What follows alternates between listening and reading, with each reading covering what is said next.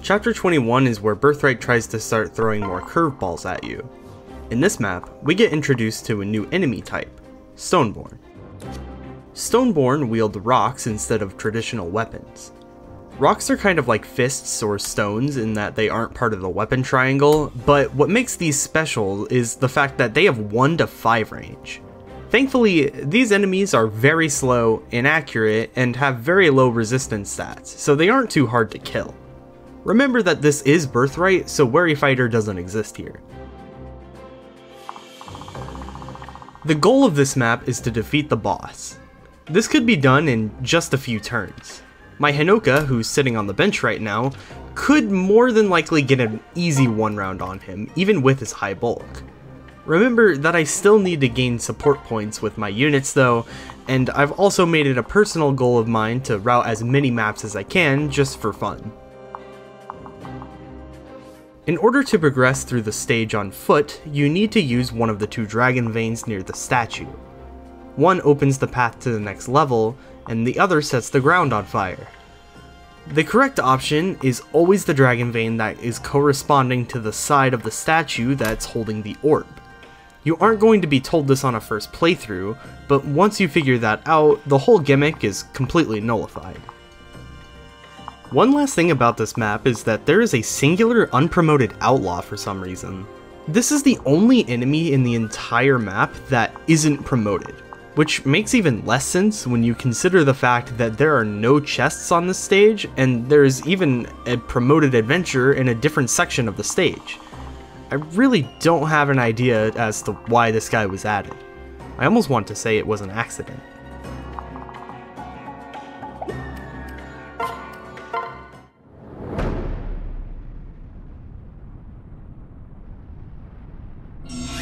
The first thing we need to do is make the surrounding area safe in order to reach the Dragon Vein next turn.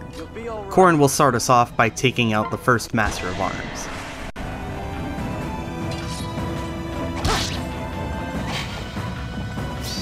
I won't surrender! That went well. Dwyer moves right next to the second Master of Arms, putting himself into dual striking position for Rajat.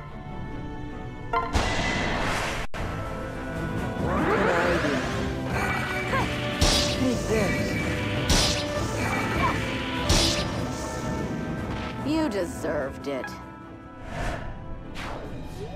Dwyer is now in range of one of the Stoneborn in the second section of the map.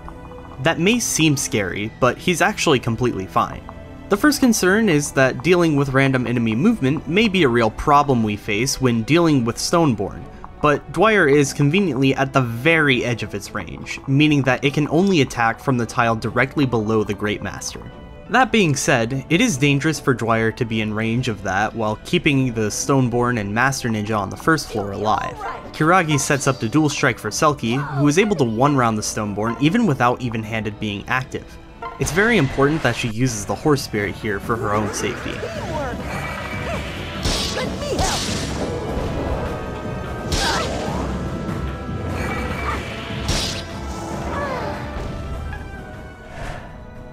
The last enemy is, of course, the Master Ninja, who is still by far the most threatening enemy type to my army. Instead of dealing with it the hard way, I'm choosing to have Azura refresh Corrin so he can make quick work of it. Of course, using Mitama as a backup for S-rank adjacency bonuses. I believe in you.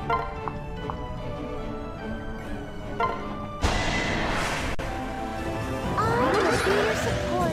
You want me for this? I can always count on you. Looking at enemy ranges, we can see that despite the Master Ninja being dead, Selkie is still in enemy range. That's because to the right, there's a Master of Arms that can just barely reach her.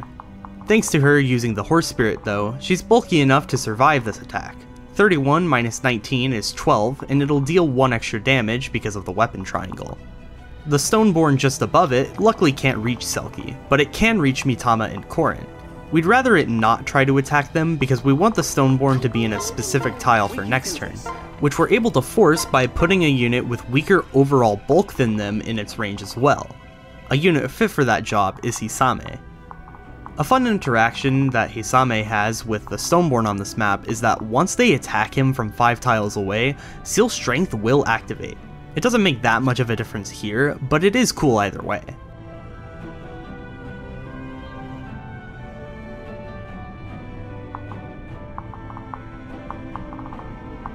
Who's scared? Not me. I'll try my best. Quickly now. For the final 2 units here, Caeldori flies forwards to take out the outlaw and begin fighting the enemies on the 2nd floor to soften them up for next turn.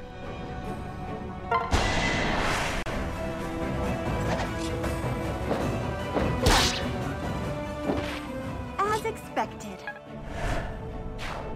Following her will be Shigure, who trades to make her hold the brass naginata and then rallies to give her more speed and defense. He'll also slightly help out by applying Voice of Peace.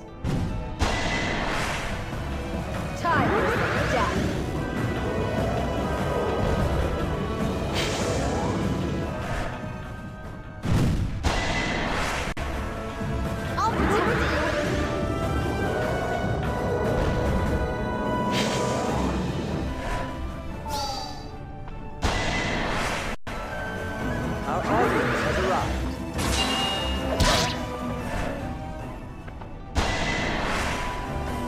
My heart is singing. Let's try a duet.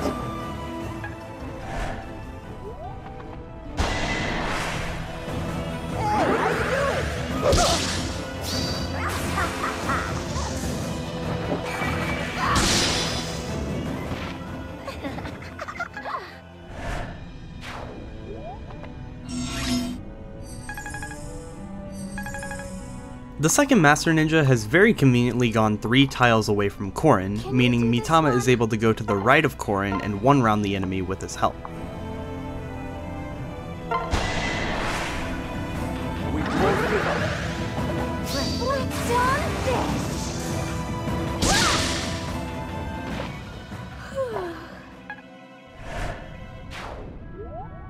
If Selkie hadn't crit the Master of Arms, Hisame would move below Kana to deal the last bit of damage to it and build support points. Azura then sings to Hisame so he can be put into dual striking position for Kana, who wants to deal chip damage to the Stoneborn. Let's go. I don't want Kana to kill it, so I need to make sure that she's using the brass katana and not the spirit katana. Let's do our best. I'll help.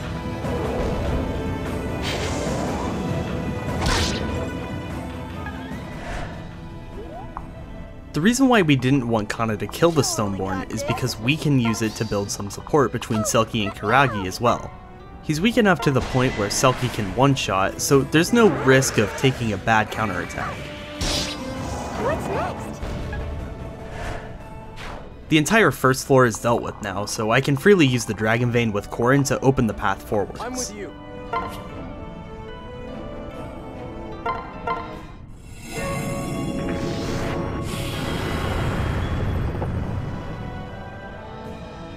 Now that the bridge is open, Kaze is able to go up to the Stoneborn and kill it in one round thanks to a combination of the Spirit Katana and Elbow Room. Let me help.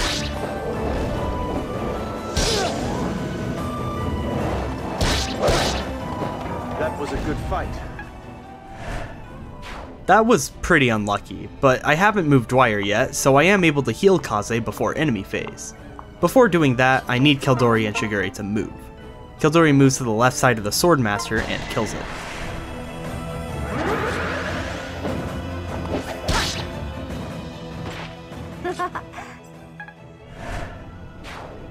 The spot next to Caeldori is freed up now, allowing Shigure to move there and attack the Levin Sword hero. He's just barely not able to kill it, but that's not an actual problem.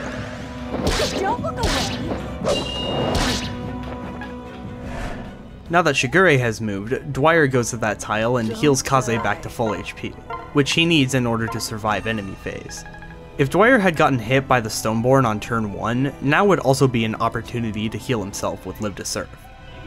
Rajat moves up to Caeldori's original location and takes out the Levin Sword hero that Shigure just weakened.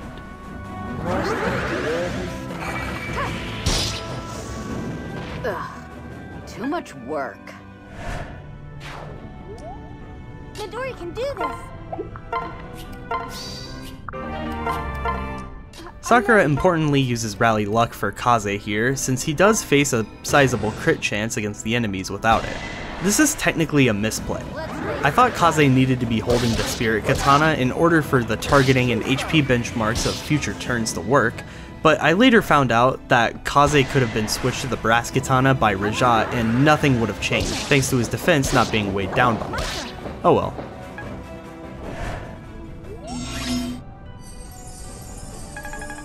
To clear out space, Caeldori takes out the Great Master that fought Shigure on enemy phase, first switching Shigure to a more accurate weapon. I'm with you. I'll protect you. No rest for you. That was really impressive. Before dealing with the Swordmaster, Korin moves over into the open space and rallies for everyone. You'll be all right. Following up with that, Midori moves right above Shigure and kills the Swordmaster. Let's do this. Ace that one.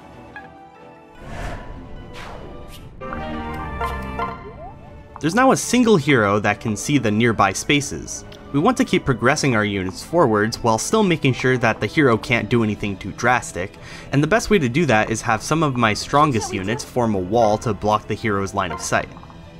Sakura and Shigure are two of the better candidates for this, and then Azura will pair up with Dwyer to help Caeldori move forwards as well.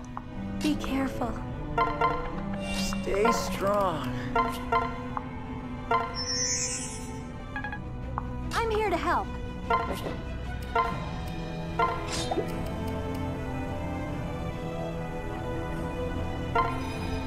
Rajat now separates Dwyer from Azura, and then Kaze goes right above Midori, making sure to keep the Spirit Katana equipped for the free healing. No hesitation. On the first floor, all of the units here have to play catch-up. Thankfully, I did not ban pair-up for movement options, so this won't be nearly as tedious as it sounds. Let's have fun. Hey, there's the enemy.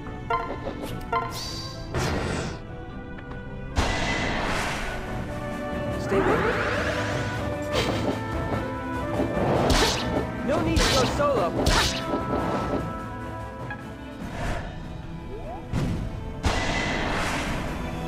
Enemy sighted.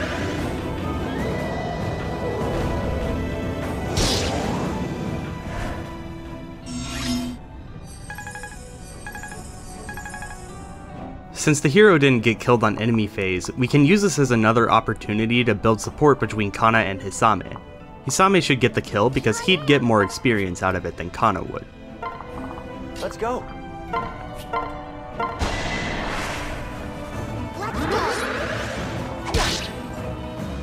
Oh, gods. Since Shigure lured the Stoneborn closer, Kaze is now able to reach it and score a perfect one round. Thanks to the free healing from the Spirit Katana, he'll always be safe to do this, even if he somehow gets hit by the Stoneborn.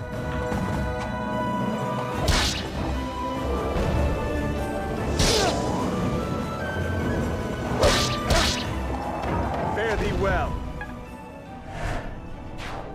Kaze is now in range of a Silver Axe hero. Thankfully, the Killer Axe one can barely not reach him. Since Kaze is now in immediate danger, Caeldori needs to fly over to kill the Silver Axe guy with a dual Naginata, which he can reach the 1-round threshold for thanks to Quick Draw. No more messing around. I could have done better. Following Caeldori will be Shigure, who rallies for her and equips himself with the Brass Club. This will deter the hero away from attacking Caeldori since Shigure can't kill even if Caeldori's dual strike crits, which means I'll be able to use him to gain some more support points with other units. Dwyer goes above Kaze, and if Caeldori had gotten damage in her last round of combat, then he would use the Physics Staff to heal her. Since that isn't necessary, he instead uses the Bloom Festal on Kaze since that will help him get to B-rank staves on this map.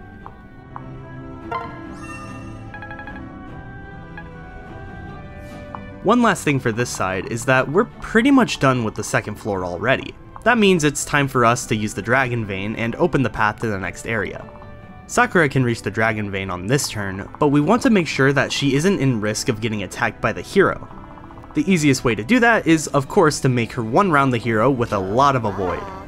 Luckily, I have an Omioji with Rally Luck and Tomes nearby. Now that her stats are completely overkill, she has no risk of getting attacked by the hero. I won't let you get hurt.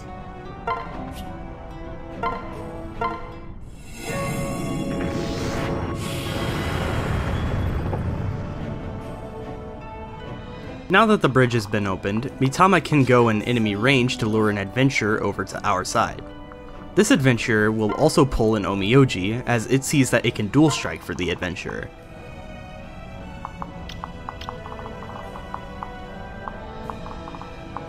Korin backs Mitama up, and then Azura sings to Kana so she can hand Korin the Kodachi. That will make sure the adventurer won't prefer to target Korin. This step could have been skipped if I just gave Korin the Kodachi in the prep screen, but the only thing that would accomplish is give Kana and Azura nothing to do this turn. Here to help. Are we ready?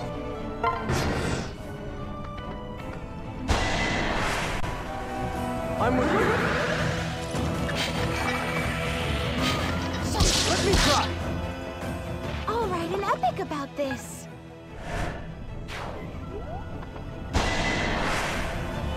I'm here too. Don't look away.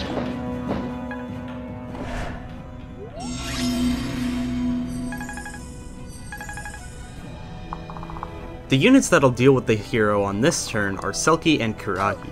Kuragi moves adjacent to the hero, and then Selkie attacks it from 2 range. Let's have fun.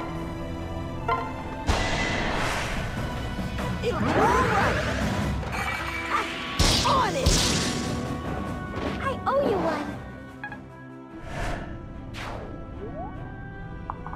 Now that the second floor is done, we need to turn our attention to the Omioji. He's presented a perfect opportunity for us to build more support between Hisame and Kana. Believe in you. All right. You're too slow. I did it! Kana and Hisame have now put themselves in range of 2 Stoneborn. The one on the right side can only attack Hisame from 5 tiles away, so we can always count on it ending up in the same spot no matter what.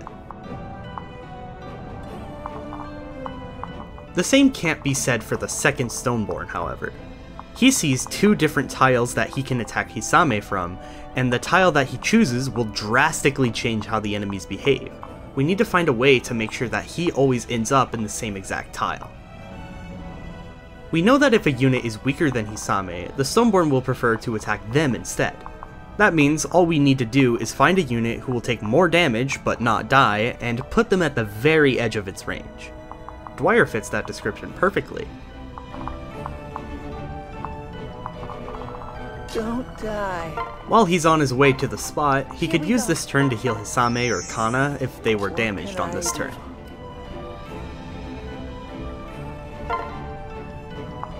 Now that they're taken care of, we can turn our attention to the 3 enemies that are near the Stoneborn. We're particularly interested in the Sniper, since he can reach the tile that's adjacent to Kana, and the other 2 enemies are not able to dual strike from that position thanks to the Stoneborn moving first to attack Dwyer. That makes it safe for Mitama to go next to Kana, having Korin and Kana as adjacent partners to help. I'm here to help.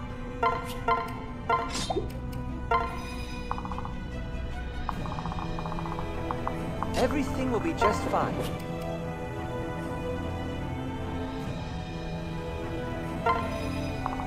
We've got this. And here's Midori. No hesitation. Be careful. Time for some death.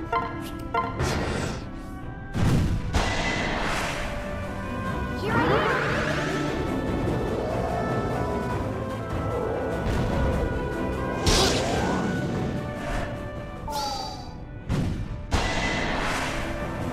Here I am.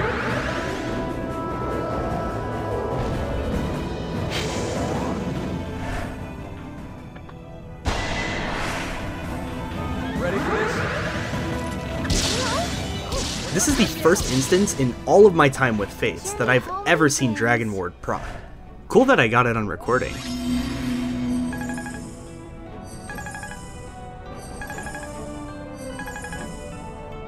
Now that the enemies are much closer, Kana can go to the bottom right tile of the Stoneborn and wait, which lets Hisame move up and deal chip damage while building support points.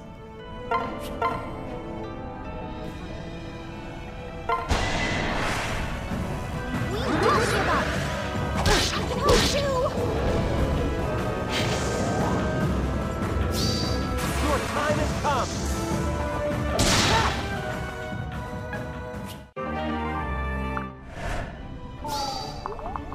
Let's try our hardest. Ready for this?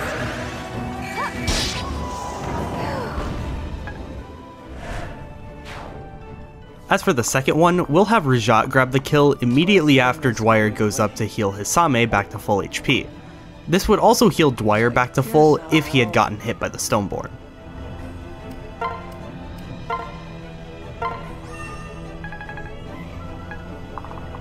I'll do my worst. Let's end this quickly. I hate you.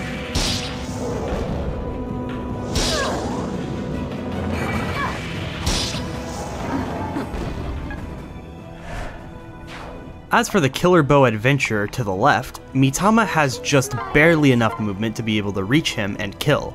She even survives a crit.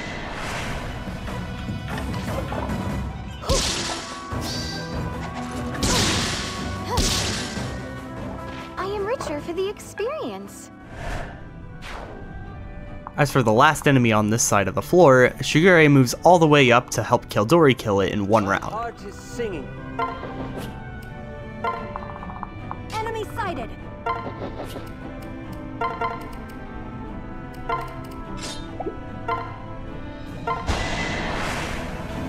I'm working all the way.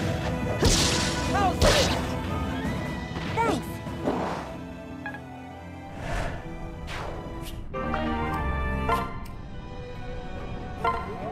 There's going to be one more bit of action on this turn. Selkie pairs up with Kiragi to get flown over to the left, and then Azura refreshes Kiragi so he can use all of his movement to reach the tile just left of the enemy ranges. He then drops Selkie there. Selkie's in range of one Mechanist. The Mechanists on this floor don't have shurikens, so she could thankfully use the Horse Spirit to one-round him safely. This also pulls an Adventurer closer to Dual Strike, which makes it a lot easier to thin out the enemies on this side since it won't be in the Stoneborn's range anymore. Thanks to having even better, Selkie is able to safely do this without needing to get healed in the previous turns. I believe in you. Leave it to me.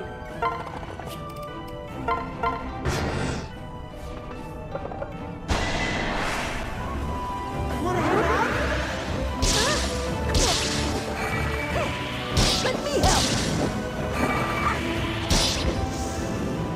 Nice playing with ya.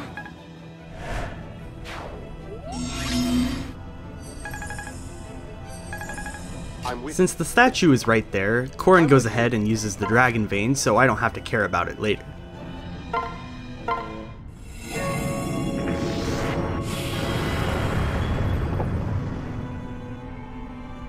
Now that that's taken care of, Kaze kills the Adventurer that's blocking the one tile wide choke point to the next area.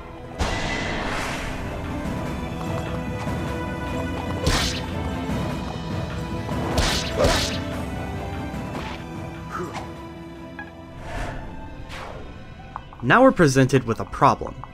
The remaining enemies are exclusively bow units that deal a lot of damage to most of my army, and it's going to be hard to consistently enemy phase them since there are a lot of different tiles that they can attack from, causing RNG variance. There's also still the Stoneborn that we have to worry about, since he can attack from a lot of different tiles as well. However, there's a way we can remedy literally all of this and make this floor very consistent. Sure are persistent. The first step to that is unrelatedly using the edge of the Stoneborn's range as a guideline for where to place Caeldori. Afterwards, Shigure rallies. What that does is lure a Stoneborn to the north into attacking her, which will bring it closer to the left side of the 4th floor. That's important for later.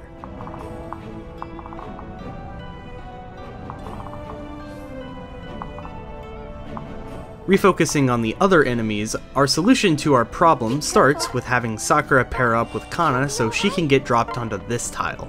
Following them, Azura pairs up with Dwyer to reach the tile above Sakura and sing to her. All of that movement allows for Sakura to move right here. What's important to note about this specific tile is that it isn't in range of the enemy sniper at the top, but it is still in range of both of the mechanist and the sniper to the far right. Since Sakura is so magically powerful, she'll have no problem successfully one-rounding these two enemies, and she also importantly makes the sniper at the top always want to dual strike for the other two enemies, so we know where he will always end up too. In order to help out a little bit, Rajat rallies for Sakura before she heads over there. Oh no!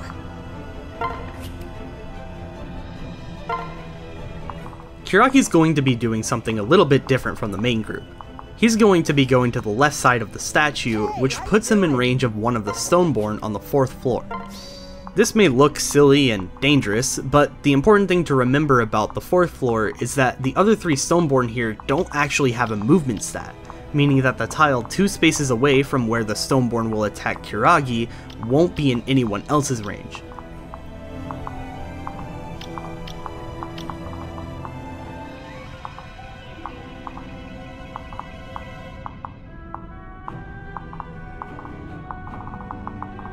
Now, Kiragi in his current state isn't actually strong enough to one-round the Stoneborn by himself. He needs a stronger weapon, which Mitama can provide by giving him the Forged Iron Yumi.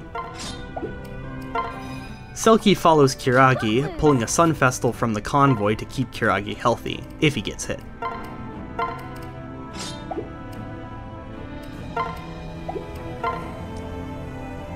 Hisame pulls Dwyer off from Azura and then drops him north, which will apply Gentium to Caeldori.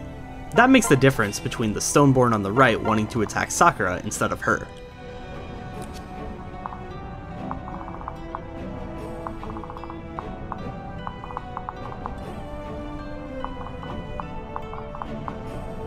Here to save the day!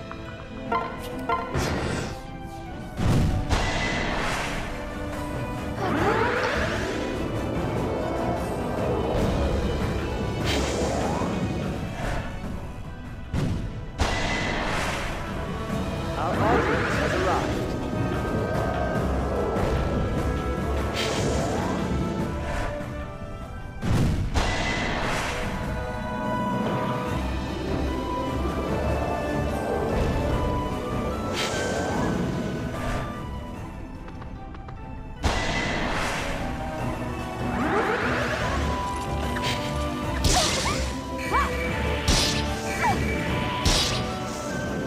It's done.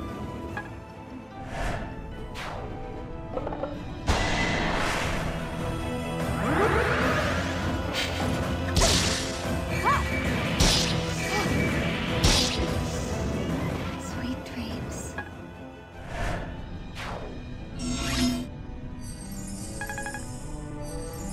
Putting our attention to Kiragi's side, if he had gotten hit on enemy phase, Selkie would need to heal him before killing the Stoneborn. That's not necessary now though, so Kiragi just moves forwards. Here to help. The reason why Kiragi is able to one-round the Stoneborn is actually thanks to Takumi passing down Golem Bane, which allows Kiragi to deal extra damage to all Stoneborn. Quick Draw also helps.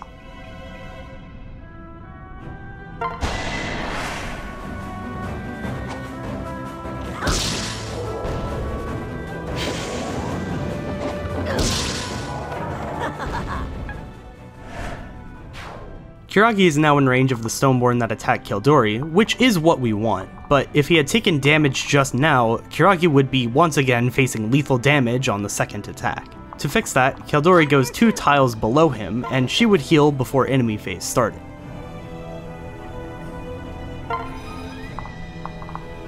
Focusing back on the main team, Kaze is able to move up to the Stoneborn that attacks Sakura and kill it in one round.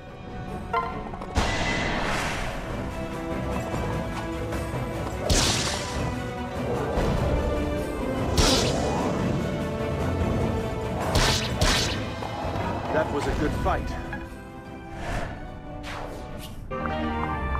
Now Korin can go to where Kaze used to be and then get refreshed by Azura, allowing him to move even further forwards to kill the sniper.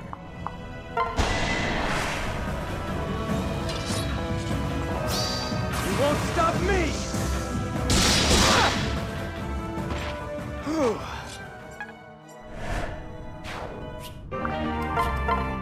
There are still 2 Stoneborn that can move near the bridge. We'll have Sakura lure the first one down by having her stand at the very edge of its range.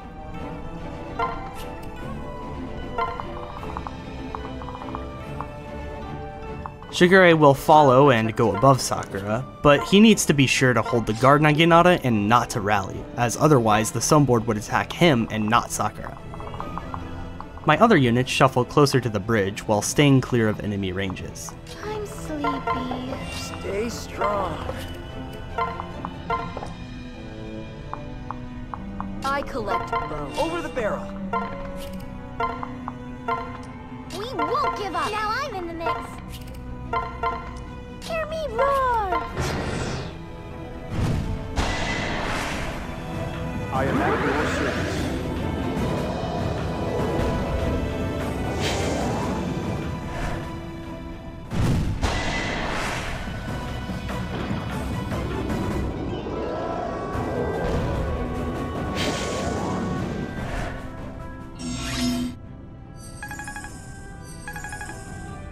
Kiragi heads back down to do the same thing to this new Stoneborn. Let's clean up this mess.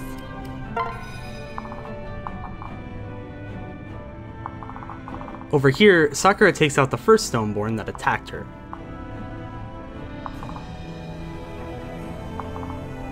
I'll try my best.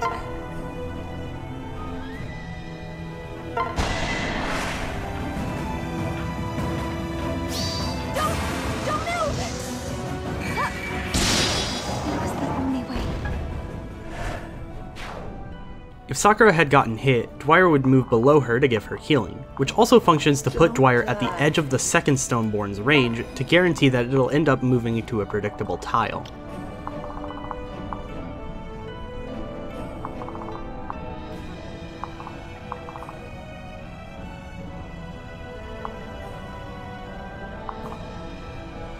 Let's raise some hell. So strong. Kaze goes next to Sakura and holds the brass katana. Then, Korin goes above Kaze and holds the dual katana. Ready for this?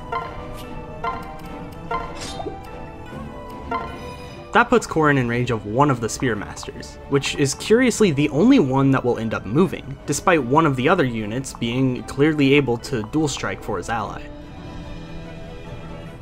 My other units stay clear of the enemy ranges for this turn.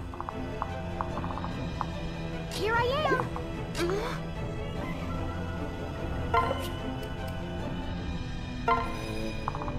Be careful.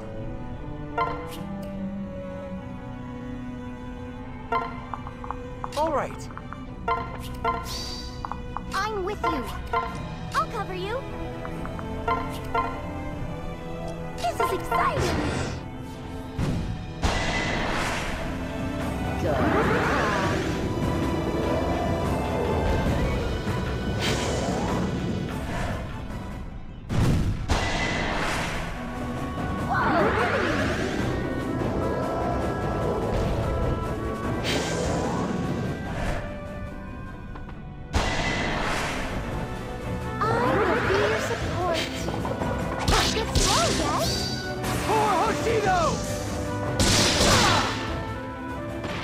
All right.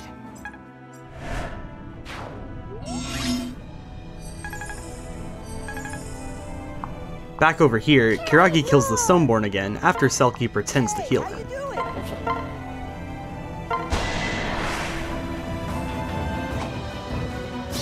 Have a nice day! Yay!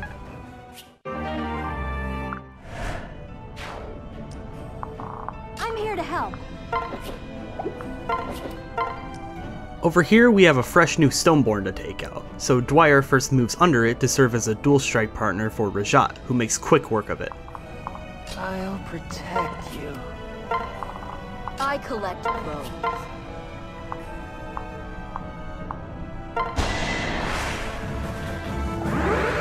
Doing this. No choice.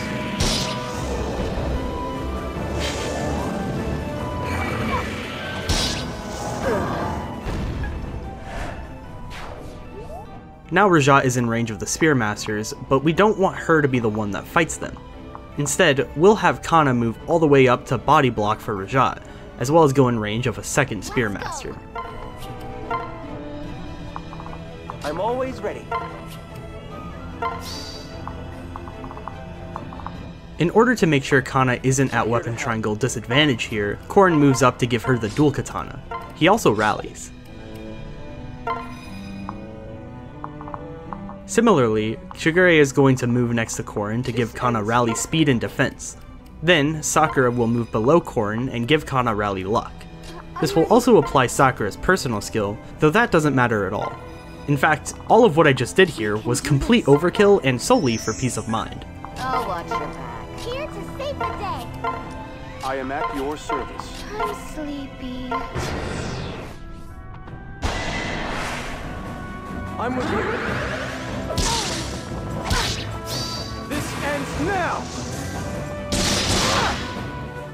I can always count on you. You'll be alright. This is my chance. Sorry.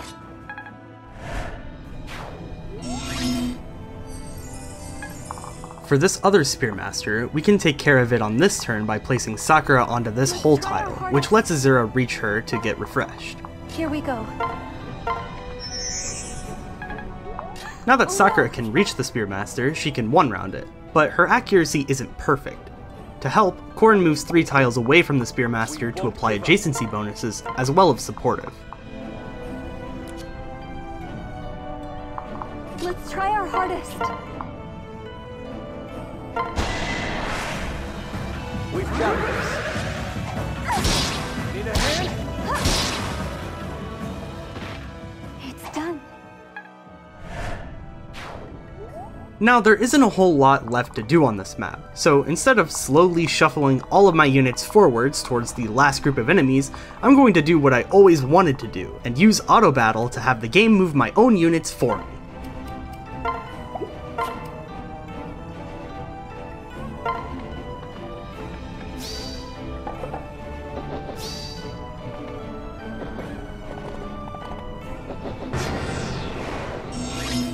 Now that everyone's up here, Kaze is able to go right up to the southern Stoneborn and kill it immediately.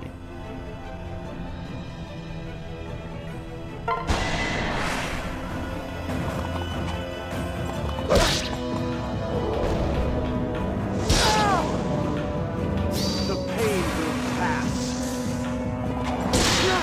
I'm just impressed more than anything. Let's use Kuragi can also move up and kill the Stoneborn at the top.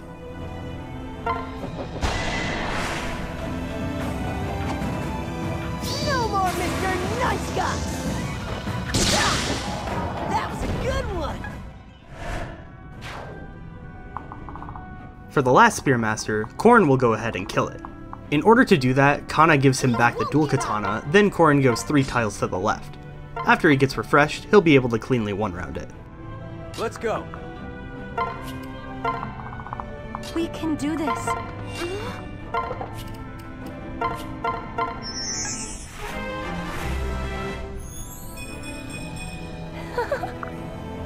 I believe in you.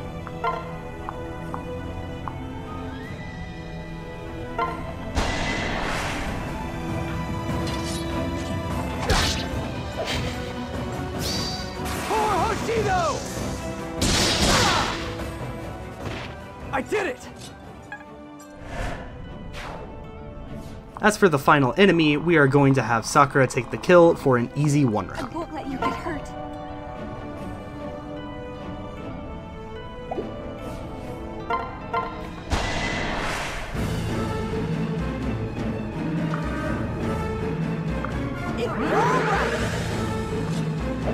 Looks like fun!